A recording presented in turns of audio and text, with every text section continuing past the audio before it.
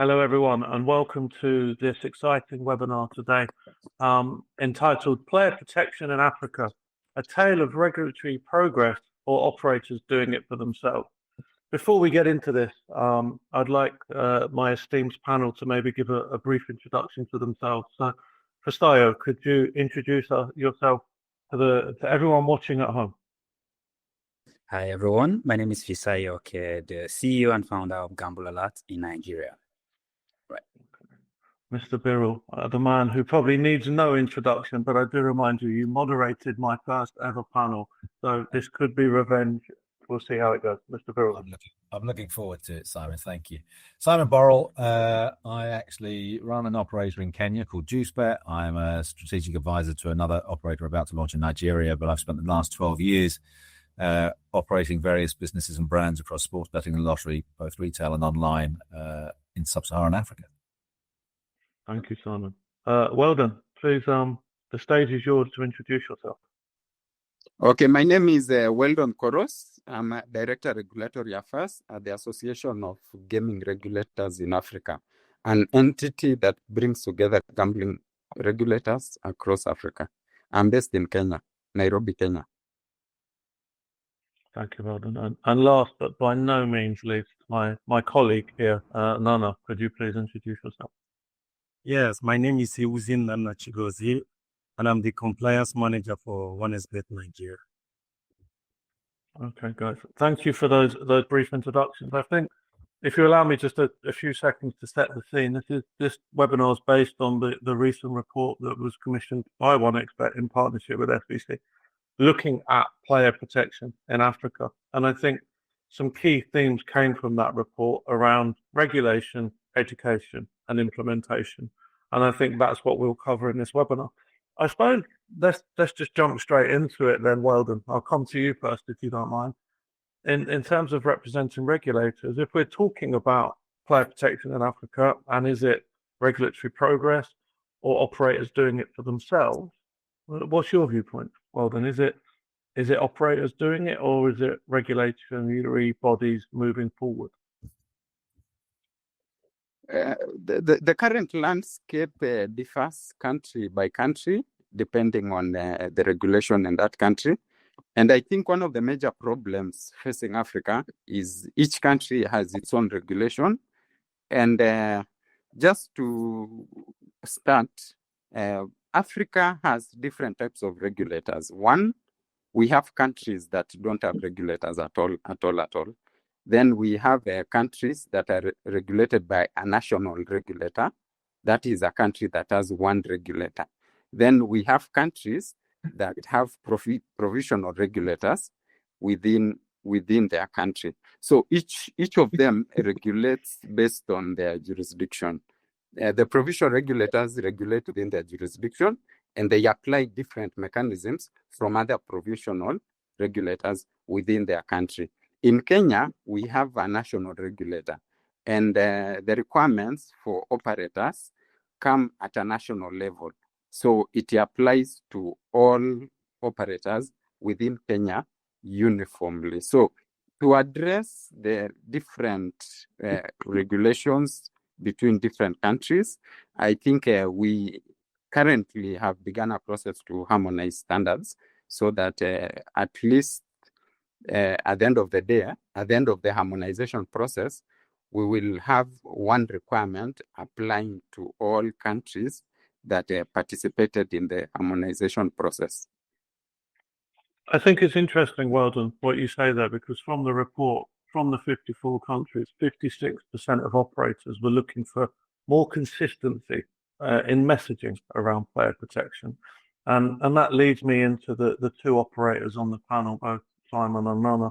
I suppose I'll start with you, Simon, if you don't mind. How as an operator do you find player protection? Because again, one of the surprising things from the report to me was that a lot of countries in Africa don't even enshrine player protection within the regulation. We see countries like Ghana and Cameroon that have it, and Progress even in Mozambique. But for example, where you're operating, what's the status of player protection? So, I mean, I think it's quite an interesting point, and kind of to Weldon's point that there are 54 different countries, but in sub-Saharan Africa, which is where the predominance lies from a gambling perspective. And gambling isn't just sports betting, and it isn't just casino games or crash games. It does incorporate lottery as well. And, there's still quite a large retail footprint across, sub-Saharan Africa in terms of proximity and people going into shops, betting with agents on the street and at kiosks. So there's multiple strands that need to be looked at when it comes to player protection. But also, I think the other thing that has kind of probably accelerated in the last few years is that a lot of the legislation which was put in place in many of these countries dates back to the last century. So what we've seen is kind of regulation which was designed for a pre-digital age, wasn't really kind of set up and in place to look after all of the ills and potential pitfalls that kind of we're much more aware of now. So it's great. I mean, Kenya, obviously the licensing and the regulations have been updated in the last few years. Again, in Nigeria, certainly where there was the issue between states and federal, but now the states are operating, and Lagos State, and I think Nana probably will attest to this shortly, has kind of been much more forward thinking in how it deals with player protection. But, as gaming regs modernize in many of these countries, I think we will see more consistency in terms of how player protections are added in and what the expectations are for operators. Historically, for me in the last 10 years, it's been down to the operators individually to determine what they want to be able to implement in terms of responsible gambling. And what we've tended to see is where you have operators that have an international footprint outside of Africa, they tend to have brought their player protection measures with them and their responsible gaming tools with them and implemented them within their Nigerian sites, Ghanaian sites, whichever jurisdictions they're operating in. But I was a big advocate. I operated in Nigeria with a very major brand for 4 or 5 years post-COVID. And I did work very hard to try and encourage the regulators to work with the operators. And Fisayo, kind of hopefully will attest to this, what he's going to talk about later, that there needed to be cooperation between the two. It couldn't be a single entity-driven program. It does need both operators and regulators to work in tandem to come up with the right player protections, because each of these markets is very, very different. And even when I talk about retail in Nigeria is different to retail in Kenya, to Mozambique, to Malawi, to Angola, to Cameroon and Congo, big Congo and little Congo. So I think, the nuances are there, but if we can get the underlying framework consistent, then operators are going to be much more comfortable with how they approach this subject in general. I think, you mentioned Fisayo's got some really interesting points. I'm going to come to you in a minute, Fisayo, so just bear with me, because obviously, Nana, I'm going to come to you. There's been talk about Nigeria here and obviously different regulatory bodies within Nigeria.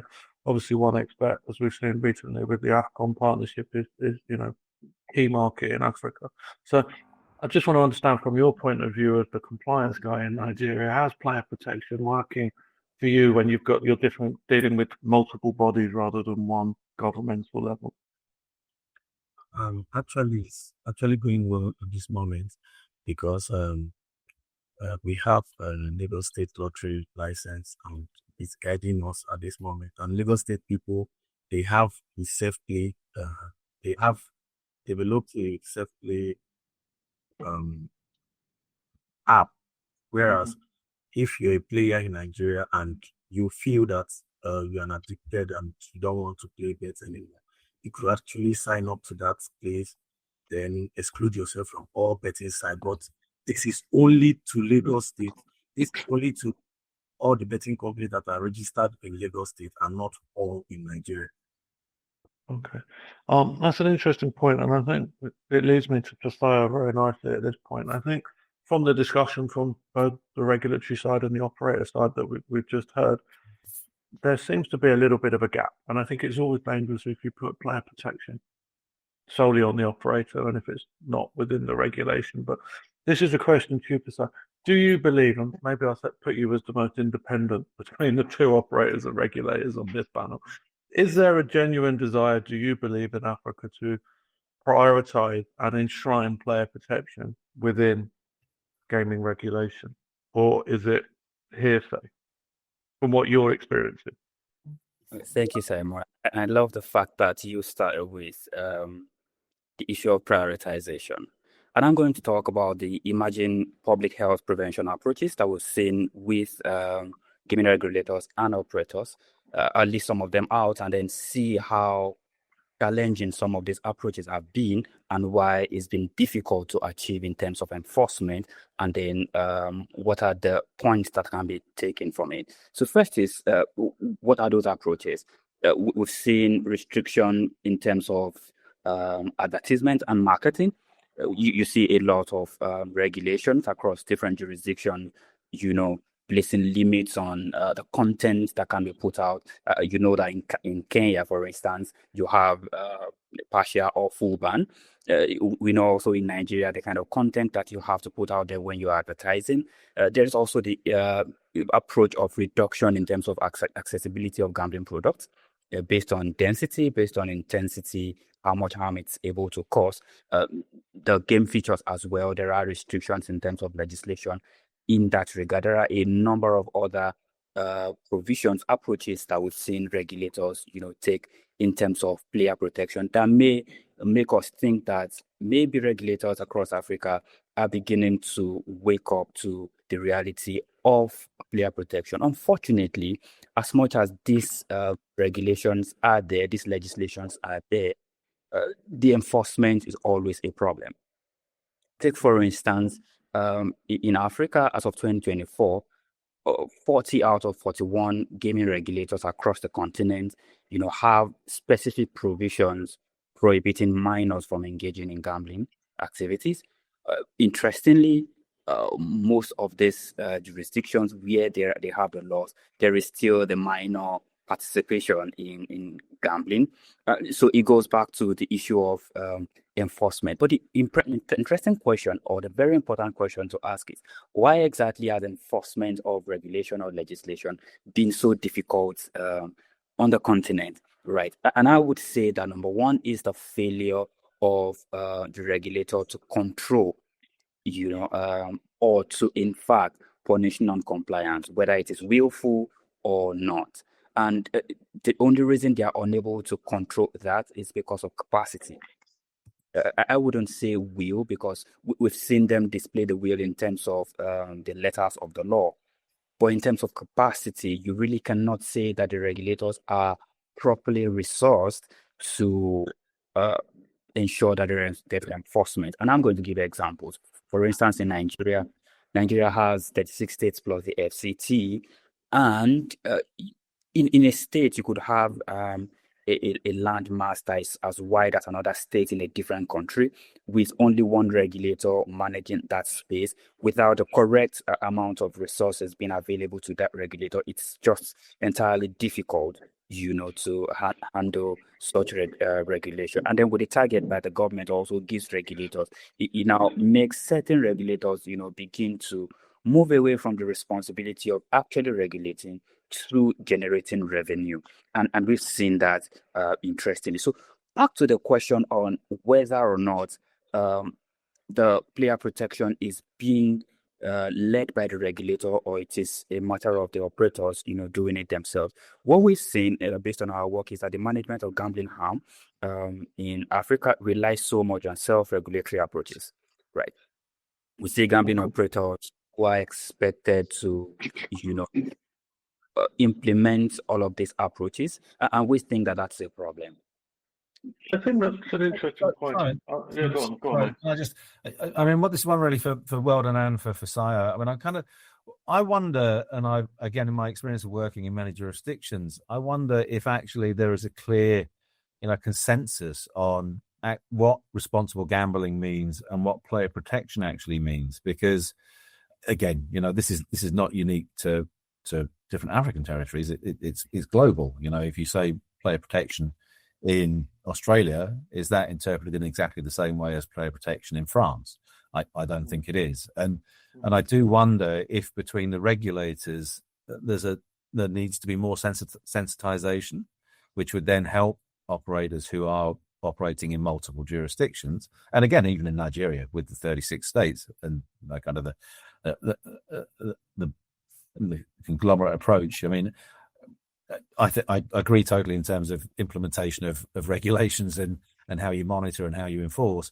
But I do wonder also if we just don't have a uniformity in terms of understanding of what should be expected. And great to get your guys' view on that. Just a quick contextualization there, if you allow me. Does that come down to what the report showed, that gambling, it's an education piece, gambling in Africa culturally is viewed as a wealth creation mechanism or tool. So actually to educate the player around player protection and safer gambling, you have to have you can't have an African definition per se, because as you say, there's 54 countries and then multiple states. But is it a question of understanding how gambling is viewed in Africa as a start point for player protection?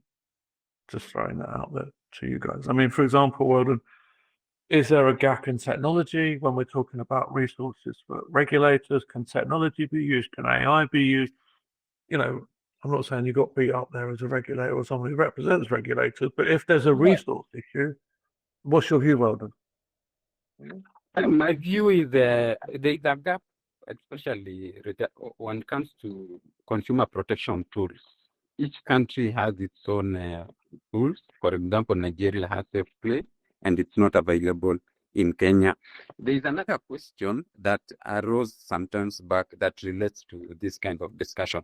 When you look at the UK, before Gamble Aware shifted into mandatory contribution, it used to be voluntary. Gamble Aware was voluntary for quite a long time. Now, when you come to Africa and you ask operators, kindly, can you people at least contribute to organizations like the one FISAIO is running? They tell you there is no law that mandates us to give a contribution. Yet the same operators voluntarily contribute in the UK. But when it comes to Africa, they want it to be enshrined in law for them to contribute. Yet back at home, they do it voluntarily.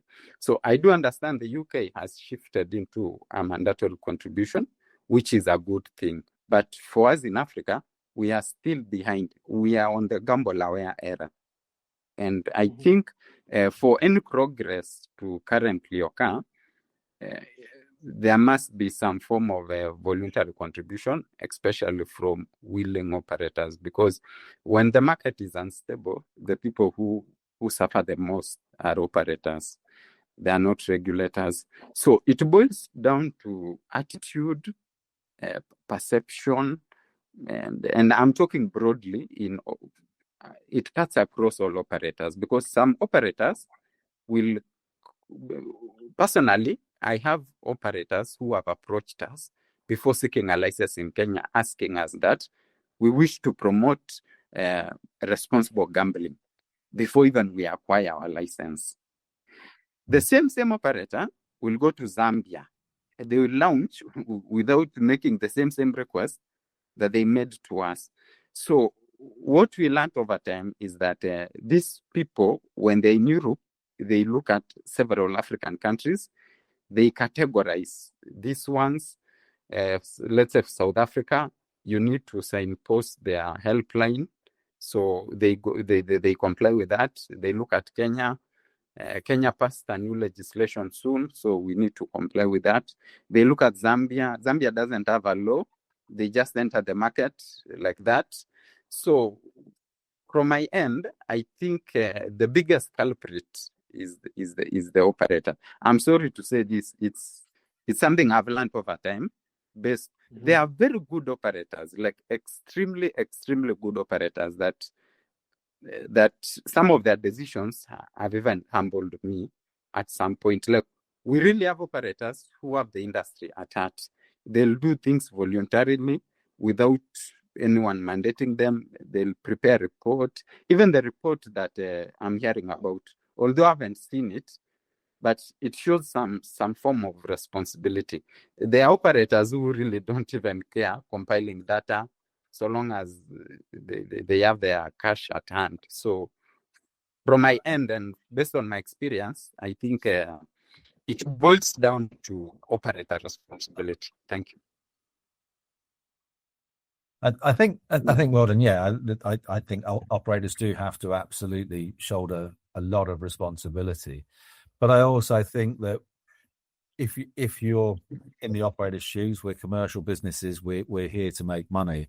I think the more ethically minded operators, and certainly any of the businesses I've been involved in and am involved in now, part of what we're trying to do is build sustainable businesses which create employment, which create opportunity, which help with staff development and skill development.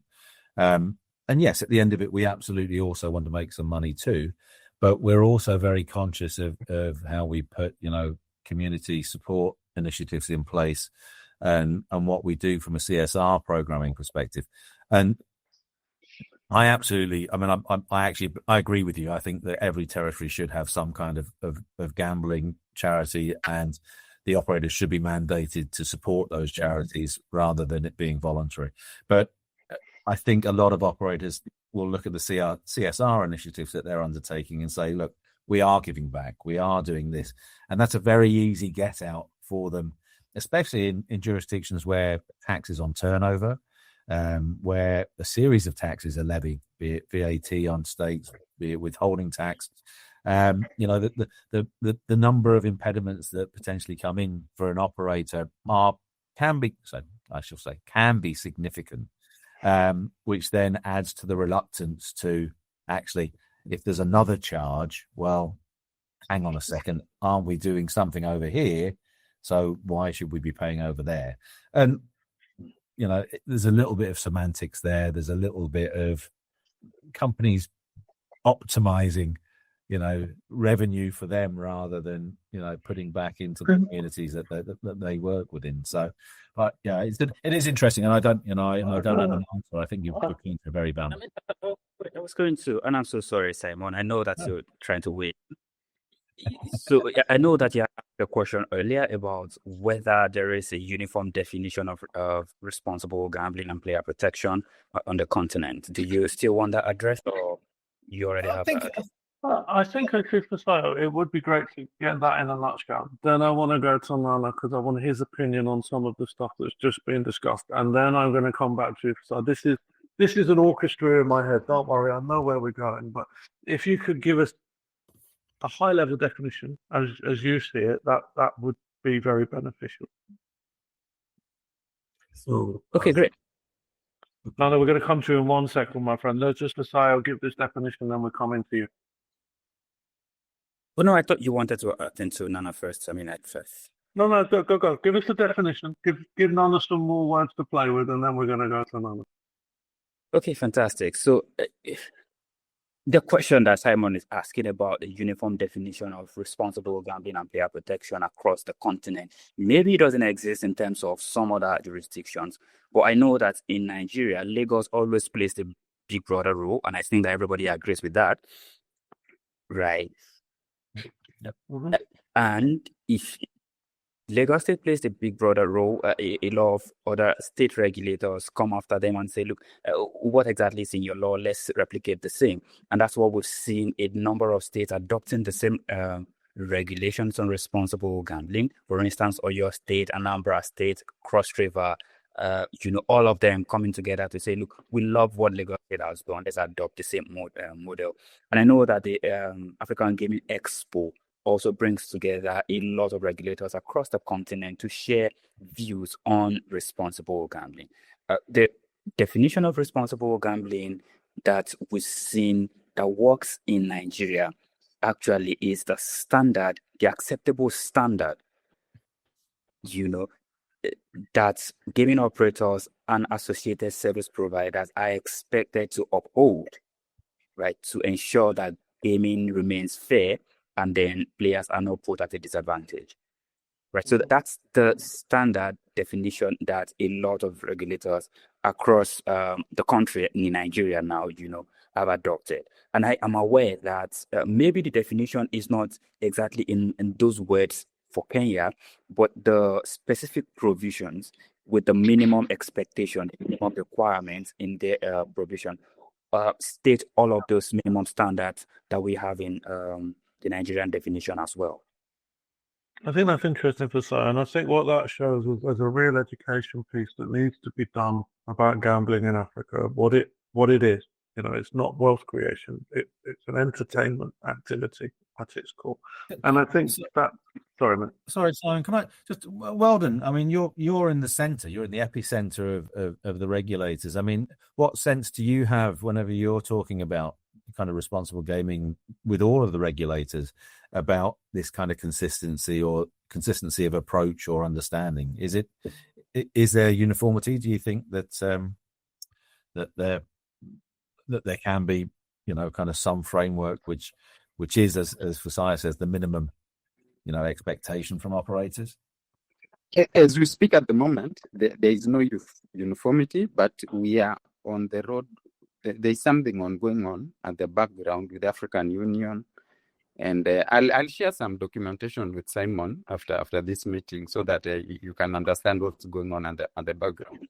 But as we speak at the moment, there is no uniformity based on the reason that each country has its own different priorities. Some countries have prioritized taxation. Some countries have prioritized safer gambling.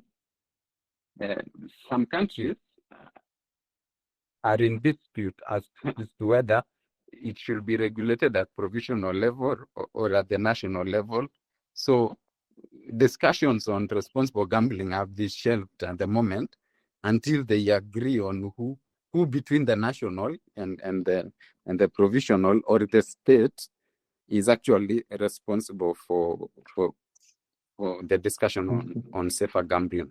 So my answer is that at the moment there is no uniformity, but there is a roadmap towards uniformity. Within the next 4 years, I think everyone will be speaking the same language based on activities that are going on at the back end. And also to comment something regarding the role of operators in that discussion. It's extremely dangerous business-wise to abdicate all responsibilities to regulators, because we have been following what's going on in the UK, which to us it's a disaster. And the reason why the UK arrived to where things are at the moment is because I think operators need to lead the way forward. Because I'll give you an example. In Kenya, when the act was being drafted, the people who are drafting the act, they have no knowledge of gambling. These are politicians who draft. So they only invite operators and stakeholders to give comments on the legislation. But it has always been my wish or our wish that that was an initiative at least led by people within the industry who understand what is going on. So in terms of charting the way forward, and even if we are working to ensure there is uniformity in terms of responsible gambling, it needs to be operator-led so that at the end of the day, the decisions arrived balance your revenue and the benefit towards the community. So if that is abdicated towards the regulator, a devastating outcome might, at the end of the day, there might be an outcome that will need us to go back to the table again, because it might be devastating for operators based on what has happened in other countries. So from our end, currently, there is no uniformity, but we're on the roadmap to that in the next 3 to 4 years.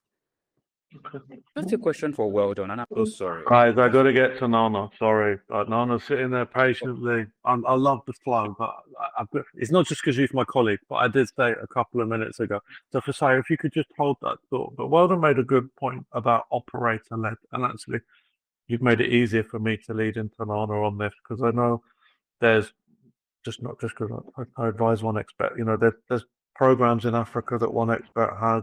For example, 1x Balance, which was used in Zambia, and also 1x Cup, which is obviously a CSR project. So if you could, you know, Weldon, I'm going to throw it over to Nana to explain how some of this is being operator-led by one expert. Nana, over to you, my friend. And I will come to you for side, I promise.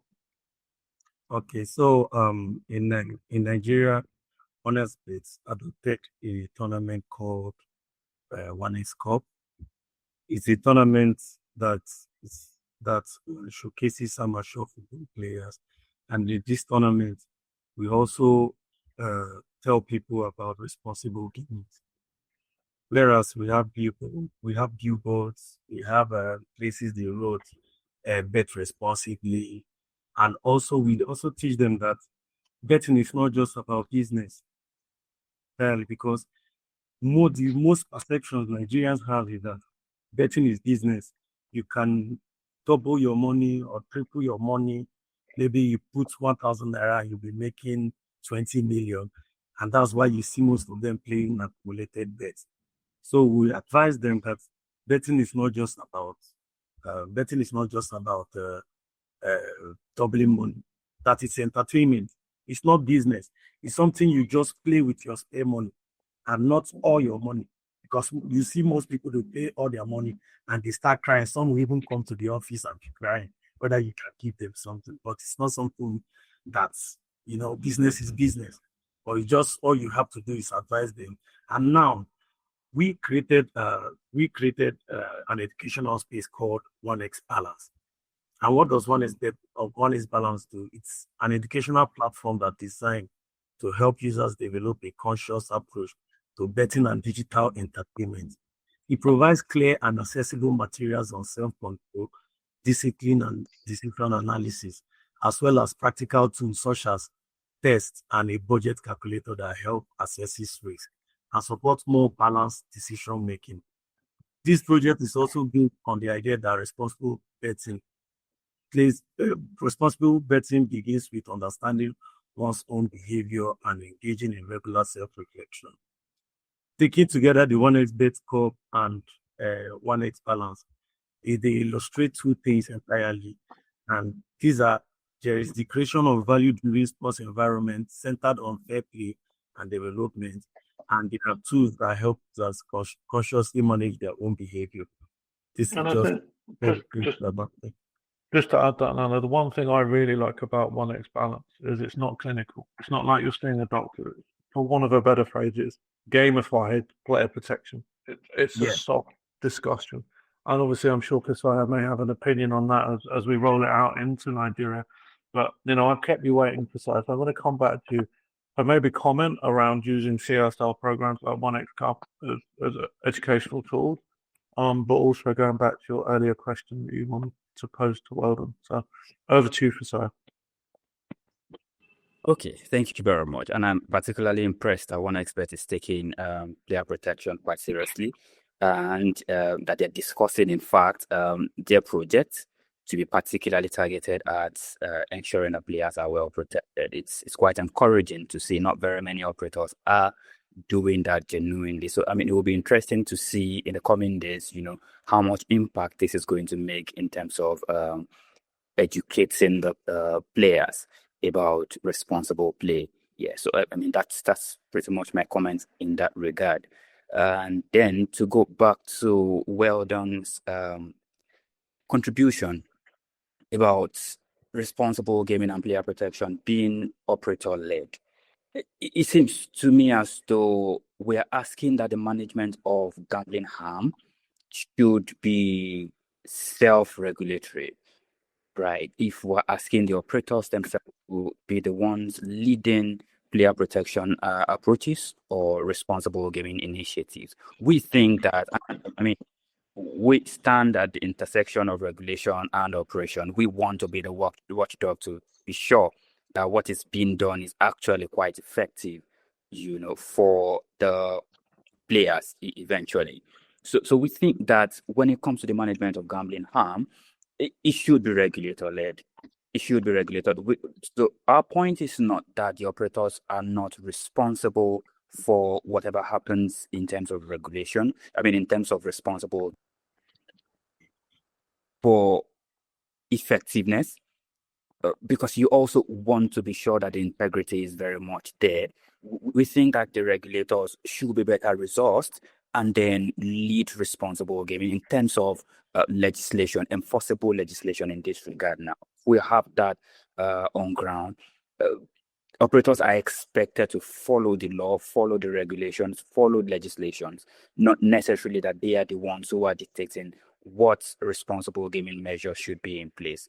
So, I mean, we've seen examples of what happens in Africa currently, that it's voluntary. In fact, where we have regulations on risk identification, for instance, the implementation of that, the execution of that is often left in the hands of the operator. Nobody actually verifies whether what is being done is effective or not. And we think that this should be led by the regulator. No, I agree. And just a question to you, Fasaya. Now, we discussed previously about training that you've given to operators and interaction with regulators.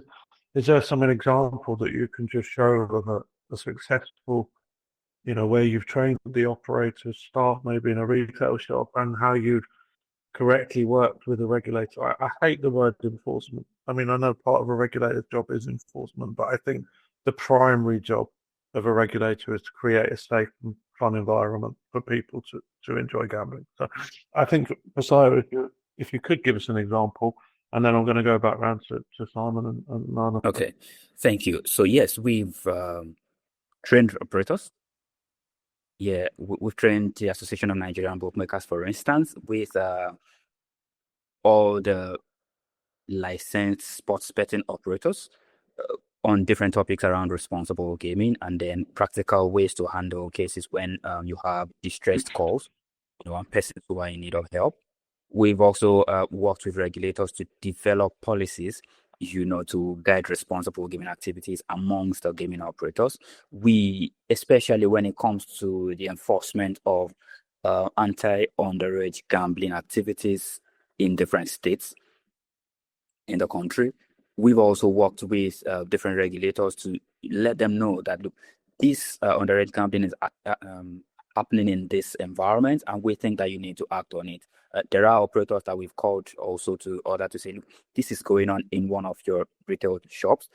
We think that you should act on it. And then where we notice that there's a place of laxity, we reach out to the regulator, and interestingly, they've been very much active in that regard. Like I said, we train both regulators and operators to ensure that the standard of responsible gaming, according to the law, is upheld. I think, Mr. Birrell, if I can come to you, because I know you have vast experience in retail in Africa. Yeah. I mean, how easy is it to actually manage under 18 or use betting? Because I've been in some of those gambling shops in Africa, especially when virtuals are happening. How easy is it to actually? I think there are layers, and I think, kind of to Fasayo's point here of calling out instances with the operators and expecting the operators to take some responsibility, which they absolutely should and must do. I mean, from my perspective, when we were, kind of a lot of regulations around opening a shop would center around it not being close to schools or hospitals or places of worship. But that should just, I mean, as you look at things and look at potential locations, that should be absolutely, kind of sacrosanct and a key requirement, regardless of it having to be enshrined in regulations. It's just common sense from my perspective. And even when you're training staff, kind of you're often training people who need a job and who are desperate for cash, and these shops are very much cash economies. They're not shops in the Western style with, kind of sumptuous surroundings and lights and coffee machines and such like. They tend to be quite small spaces, but they also tend to be entertainment centres. You can go and watch football in there when football's on. Even when there's no football on, often they'll be showing, kind of the sports channels so that people can have, access to seeing action that they may have missed. Yes, they'll have virtual games on from the moment they open till the moment they close at night. But when there is live action on, especially on Saturdays and Sundays and the weekends, these shops are packed. I mean, they are very much like, big city metro systems and tubes where, people are really, really compacted into them. It can be hard to move. There's a lot of noise, a very frenzied environment. People are shouting. People are trying to get bets placed. People are trying to collect winnings. That's in amongst whatever's going on in the action on the TV. So even with the best training, it can be very, very difficult for the actual staff to be able to determine people's age or to feel that they can actually say, hey, stop, please show me your age or show me some identification.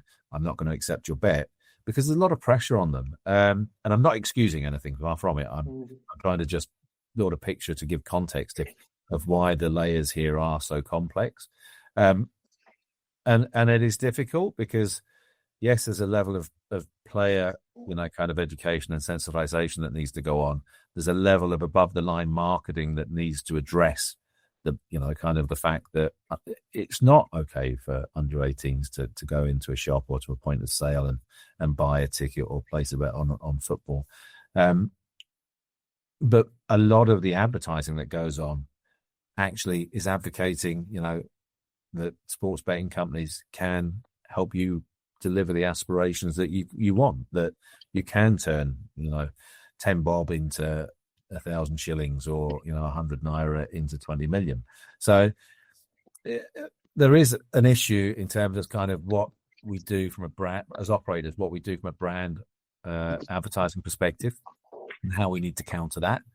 On the ground, in the reality of the most frenetic moments in shops at weekends and evenings when there's football on, it's incredibly hard to come up with a framework which will allow operators to, actively prevent, kind of people who self-exclude, not just under 18s, but, kind of to identify individuals and to prevent it. I don't know. Again, it'd be really EFSI, I know the work you've done with the AMB certainly and operators is really, really helpful. But certainly in Nigeria, the majority of shops are actually owned by agents and they're aligned to the operators. So the operators actually don't even own the shop and don't even employ the staff. So when I talk about the layers, that's a further layer of complexity that we add in there. So sensitization, education, hugely, hugely important. Enforcement, and this is operator-driven enforcement. Often we have, we'll have security guards on the front of the shop. How do we train those, or how do we train personnel to be actually stopping people entering premises? And then, kind of what is the process for dealing with people when there are busy times, and how do we find a way to do that in a sensitive manner that it doesn't embarrass people, be that either staff or the players themselves. I think just before we come back to Fasaya, because I think there's a few points Simon would like you to address, I'm going to come down to Nana again. Obviously, Simon spoke about the retail side of underage gambling and challenges around that. In terms of 1xBet and online, because obviously we are online, what challenges do you face? I mean, do you find kids gambling with their parents' mobile phone? Is it a case of what players have self-excluded? They're coming to the office saying, we didn't mean to self-exclude. What challenges does the online side find? Because interestingly, the report said that 30% of operators give big win advice in real time to players that win. So before we come back to Fasaya and Weldon, I want to get the online perspective as well as Simon's retail perspective. You're muted, Nana. You just need to unmute, my friend. Sorry. There we go. Yes. In the online perspective, the problems we have most times are whenever we identify the behavior of some customers that, this person seems to be a gamble addict, and you try to limit them on the stakes they are going to make online and the rest. You see them coming to the office saying that, they are okay, they are doing it on their own. Why would you be limiting them on auto plays? The way you tell them to take the keys online, they will say, no, they don't need auto plays. That's to just want to make money. And you tell them this is not a place to make money, it's an entertainment. But that's not what they want to hear. All they want is, how can I do for my money? I need to double my money. Mm-hmm. I think that's the education piece that we're really talking about. That's why we actually created the educational platform for the Balance, and we're introducing it to Nigeria this year. Yeah, I mean, that's very interesting, and it's something I believe in truly. And actually, as I said, the most important aspect of 1x Balance is it's not clinical. It's not like you're seeing a doctor with a problem. You're actually a soft entry. But I think, we're running a little bit short of time here. So, So if I come to you to give a kind of summarization of what you see the challenges as Simon and Nana have explained around retail and online and how you guys are working, and then I'll go around maybe to all of you for some closing comments because I think we're running out of time for questions. So I'll go with closing comments. Okay, great. So I'm starting, yeah? Yeah. Right. So I think that the approach that we need to have now in the industry is a total consumption model. And that's why I think that regulators are the ones that need to lead this. The total consumption model is that the more exposed the population is to gambling, the more exposed they are to the likelihood of harm. And so it's important that, when we know certain products that are likely to cause harm, we reduce the exposure to it. And I think that if we agree on that, we would be able to tone down the amount of gambling harm on the continent. That's a wonderful summarization, Fasai. You're doing my job for me. Well done. I mean, I think, Fasai, I'd put it over to you there about regulators taking the lead on this. Obviously, you're at the forefront of the regulatory space. And you've obviously mentioned some operators are willing to be involved in player protection, some are not. From your world, Weldon, what would really help in terms of putting player protection as not optional, but actually enshrined within regulation?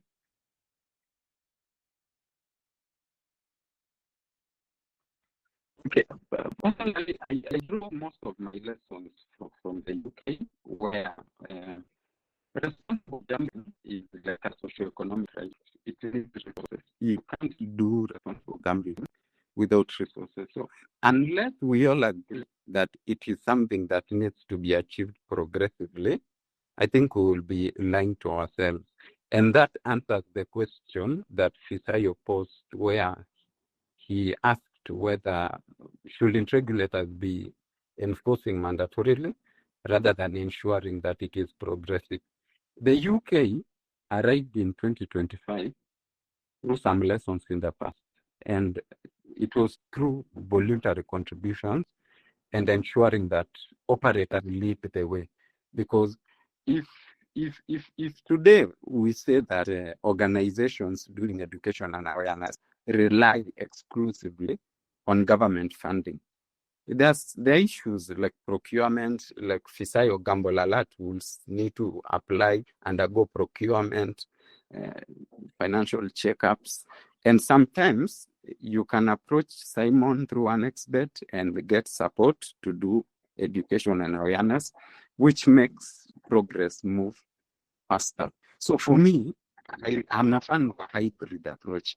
In as much as we are working to harmonize regulations, let's ensure that it is operator-led, because at the end of the day, without operators, you won't have taxes. You won't even have the responsible gambling we are talking about. So it needs to be a hybrid approach where, in as much as we are drafting regulations, harmonizing regulations, let it be operator-led. Unless the operators are not willing to lead it, then there should be a chance for them to be given to lead the process. And based on my experience, me and Fisayo are actually young in this industry. There are people who have stayed in this industry for over 30 years. Like, the level of experience they had supersedes any level of arguments we can never make. So in conclusion,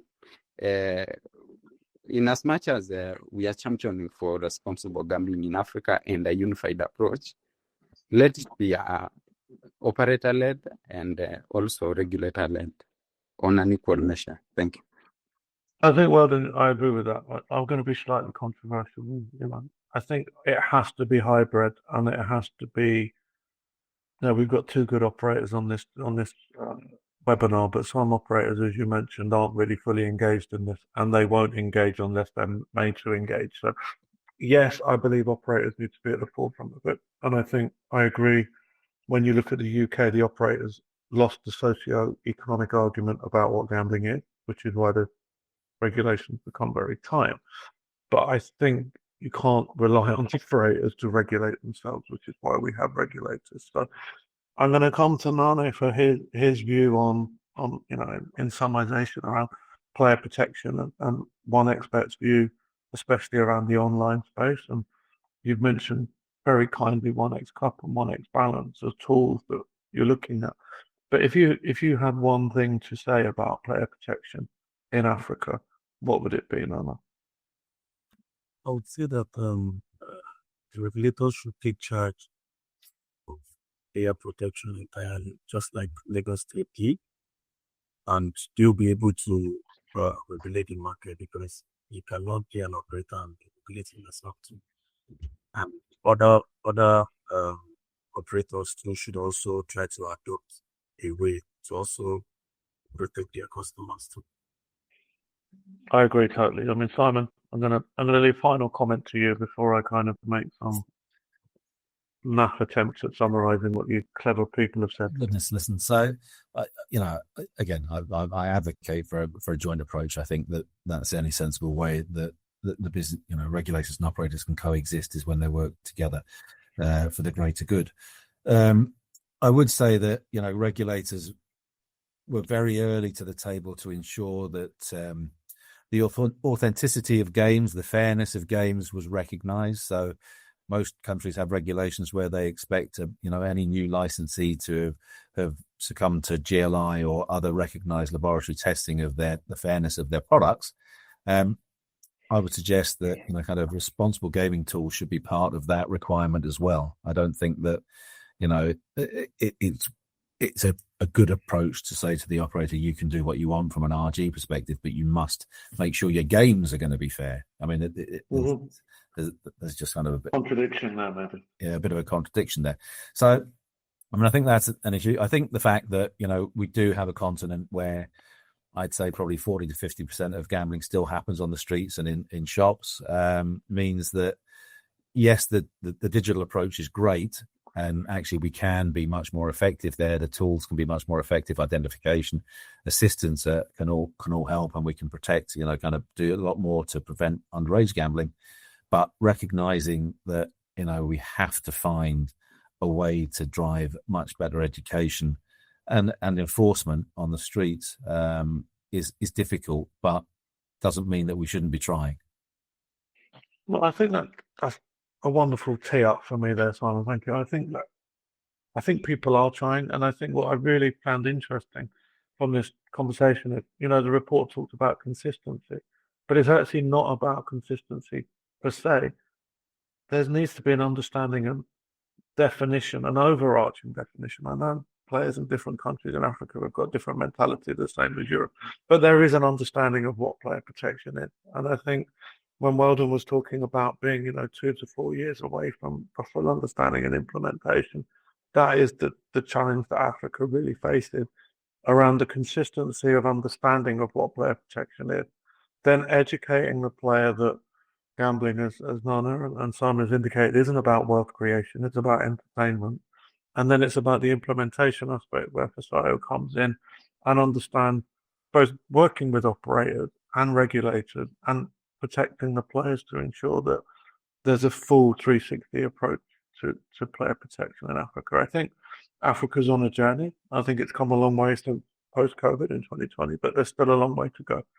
And conversations like this only move the situation forward. And thank you guys for your time. It's been a pleasure, and I hope everyone's enjoyed the webinar.